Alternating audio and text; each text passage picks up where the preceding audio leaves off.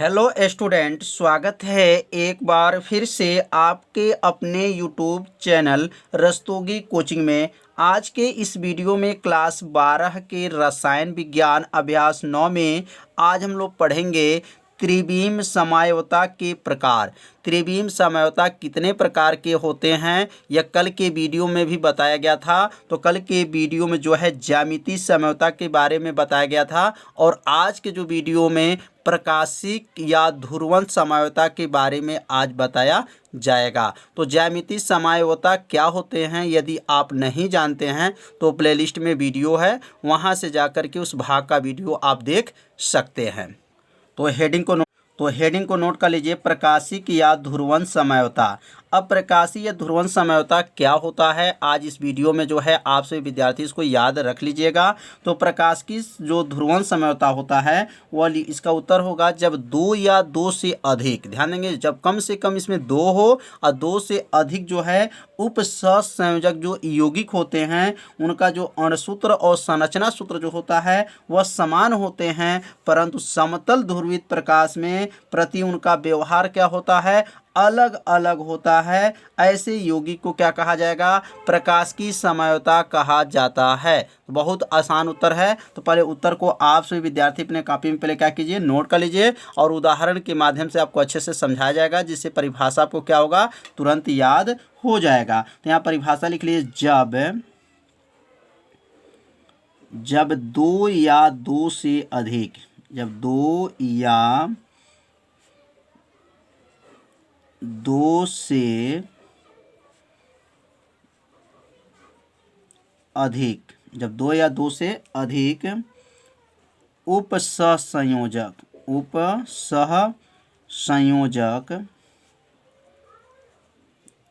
उपसहसंयोजक यौगिक के अणुसूत्र, यौगिक के अणुसूत्र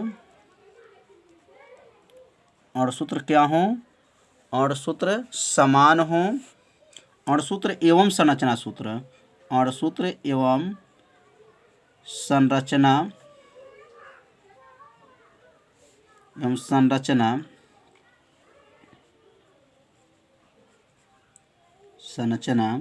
सूत्र समान हो,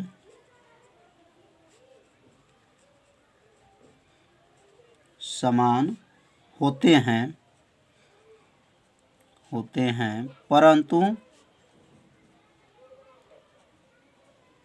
परंतु समतल ध्रुवित प्रकाश। अब समतल ध्रुवित प्रकाश क्या होता है, यह फिजिक्स में आप लोग पढ़े होंगे। समतल ध्रुवित प्रकाश के प्रति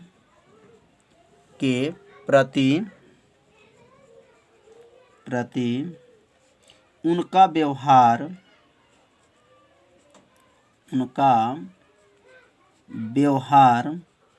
अलग अलग होता है। उनका व्यवहार क्या होता है, अलग अलग होता है, अलग अलग होता है, अलग अलग होता है तथा यह घटना, ध्यान देंगे, जब दो या दो से अधिक जो है, कम से कम जो है आपको दो लेंगे और दो से अधिक जो है उपसहसंयोजक यौगिक के जो है अणुसूत्र भी और संरचना सूत्र भी क्या होते हैं, समान होते हैं, परंतु समतल ध्रुवित प्रकाश। अभी समतल ध्रुवित प्रकाश के बारे में बताया जाएगा, जिसे आपको समझ में आ जाएगा कि समतल ध्रुवित प्रकाश का मतलब क्या है। तो समतल ध्रुवित प्रकाश के प्रति उनका व्यवहार क्या हो, अलग अलग होता है। तो ऐसे होता है, तो ऐसे यौगिक को क्या कहेंगे, ऐसे यौगिक को प्रकाशिक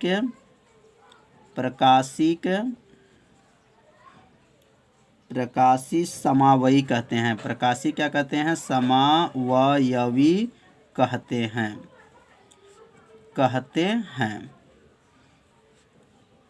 हैं। और इस घटना को तथा लिख लेंगे यहाँ पर, इस घटना को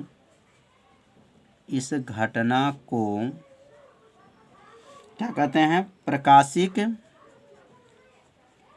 प्रकाशिक समयवता कहते हैं, प्रकाशिक समवयवता कहते हैं।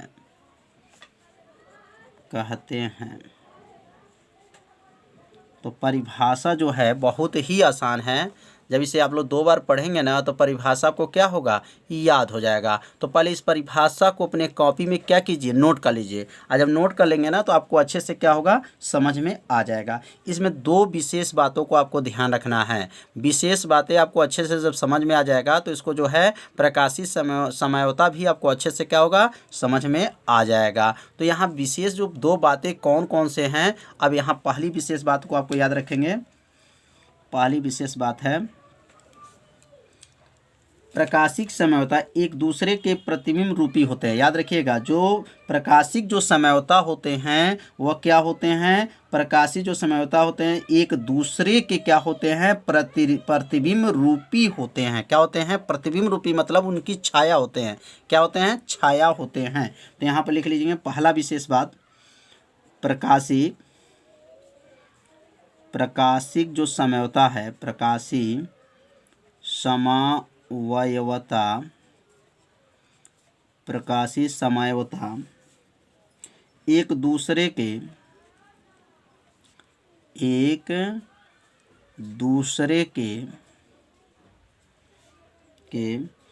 प्रतिबिंब रूपी, एक दूसरे के क्या है, प्रतिबिंब रूपी।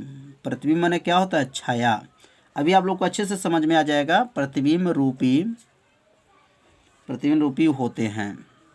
अब ये प्रतिबिंब रूपी का मतलब क्या है, समतल ध्रुवित का मतलब क्या है, जब उदाहरण से आपको समझाएंगे तो आपको क्या होगा, यह परिभाषा समझ में आ जाएगा। और दूसरी बात को आपको याद रखेंगे, जब समावयवी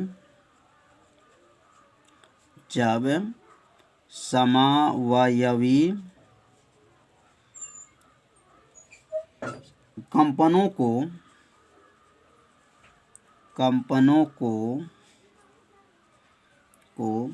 दक्षिणावर्त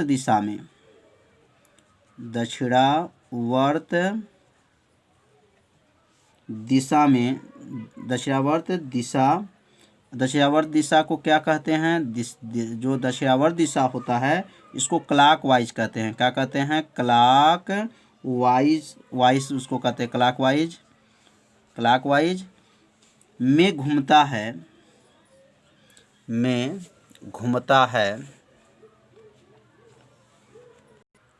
घुमाता है किसमें, दक्षिणावर्त दिशा में या क्लॉकवाइज दिशा में जब है घुमाता है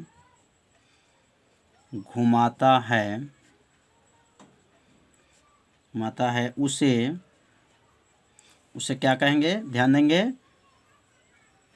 डेक्स्ट्रो। क्या कहेंगे, डेक्स्ट्रो। और इसे कोष्टक में जो है डी, और यहाँ लिख सकते हैं प्लस फार्म। ध्यान देंगे किसमें, जब समावयी कंपनों को जब दक्षिणावर्त दिशा या क्लॉकवाइज में घुमाता है उसे क्या कहते हैं, डेक्स्ट्रो। इसे डी प्लस फार्म कहते हैं।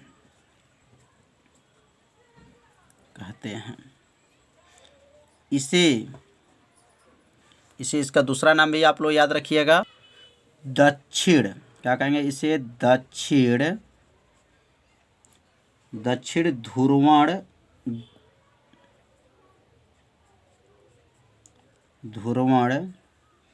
घुड़क कहते हैं, घुड़क भी कहते हैं।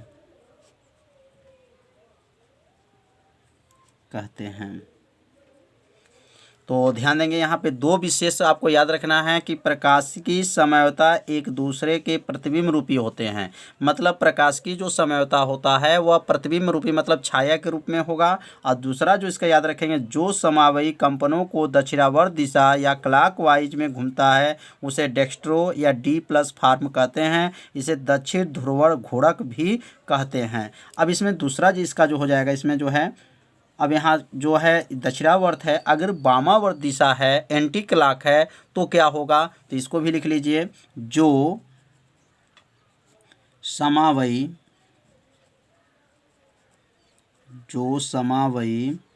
कंपनों को कंपनों को दक्षिणावर्त की जगह पे क्या लिखेंगे? वामावर्त। क्या लिखेंगे? वामावर्त। वामावर्त कोष्टक में लिख सकते हैं एंटी क्लॉक वाइज दिशा में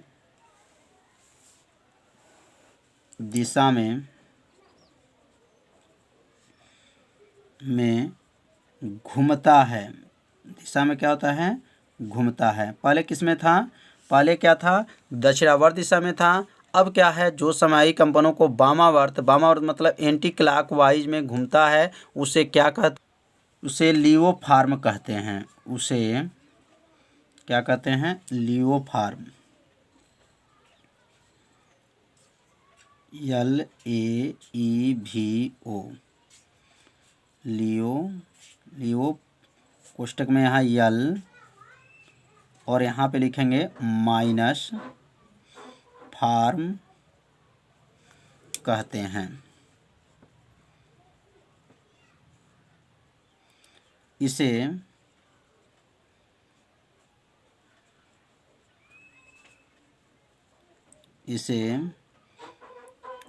पहले क्या था? दक्षिण ध्रुव। अब क्या लिखेंगे? उत्तर ध्रुवण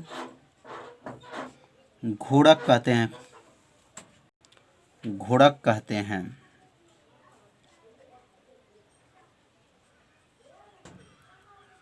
तो ये 3 विशेष बातों को आपको पहले अपने कॉपी में क्या कीजिए? नोट कर लीजिए। अब जब नोट कर लेंगे तो आप लोग को अच्छे से क्या होगा? समझ में आ जाएगा। तो अब यहाँ पर एग्जाम्पल समझेंगे। अब एग्जाम्पल से जो है समतल ध्रुवित भी समझ में आ जाएगा, और जो है यह क्या है, मैंने एंटी क्लॉकवाइज क्या होता है और जो है क्लॉकवाइज क्या होता है, आप लोग को अच्छे से समझ में आ जाएगा। जैसे यहाँ एक एग्जाम्पल लेते हैं, इसका नाम है CO और यहाँ पर EN है। क्या है? CO कोष्टक में यहाँ पर EN और यहाँ पर जो है यहाँ पर 3 है और इसके ऊपर जो है प्लस जो है 3 है। क्या है? 3 इसके जो है प्लस चार्ज हैं। अब इसका जो है समतल ध्रुवित बनाएंगे और क्लॉकवाइज बनाएंगे। बहुत आसान है, बस थोड़ा सा आपको ध्यान देंगे, आपको समझ में आ जाएगा। पहले यहाँ देखेंगे CO कितना है, तो यहाँ लिखेंगे CO यहाँ पर 1 है। EN कितना है, तो EN यहाँ पर देखेंगे 3 है। तो EN के लिए यहाँ पे आपको 3 बनाएंगे, तो इसलिए यहाँ पर 1 इसके लिए बना लेंगे, यहाँ पर EN हो गया। फिर से यहाँ पर जो है इसके बगल में जो है यहाँ पर बना लेंगे, यहाँ पर EN हो गया, और एक यहाँ पर जो है इसका EN बना लेंगे। तो कितना यहाँ पर ये EN हो गया? यहाँ पर 3 EN हो गया। अब यहाँ पर एक समतल ध्रुवित प्रकाश लेंगे। समतल मतलब यहाँ पर एक शीशा लेंगे। क्या लेंगे? शीशा, दर्पण इसको कहा जाता है।